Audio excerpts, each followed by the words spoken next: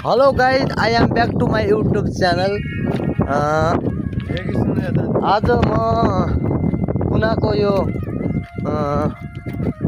वडगाउँ सिन्धे हैन वडगाउँ सिन्धे घुम्न आइरहेको छु हैन। ए यहाँ जम्मै पुरै हैन पुरा जंगल मात्र छ। काहीँ एक दुईटा घर छन् अनि उता सामान्य जो छ नि घर त्यो पनि आधा अधुरो बनिरहेको छ। यता पनि पिल्लरहरू ठडिरहेका छन्। खै के कारण हो? यदि यस भिडियोमा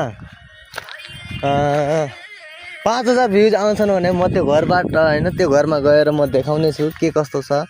सुन्नमा आएको हो कि सायद त्यहाँदेखि कोही खसेर मरेको हो। त्यो कारणले सायद त्यहाँको काम छुटेको भनेर सुनेको हो अलिअलि। यहाँको त मलाई खासै थाहा छैन हैन। यहाँको पनि केही भयो भने म तपाईलाई जानकारी दिनेछु। मलाई 5000 भ्युज चाहियो हैन। यो भिडियोमा 5000 भ्युजमा मैले 5000 भ्युज पाएँ भने अनि यो घरको भित्र म त हजुरहरुलाई देखाउने छु। अहिले चाहिँ पुनाको जंगलमा छु। सुनसान एरिया छ। यस्तो घना जंगल छ। जताततै हरियाली पनि छ हैन। राम्रो पनि छ। गाउँको जस्तो फिलिङ आइरहेको छ भन्नु पर्यो। यस्तो भइरहेछ हामीलाई।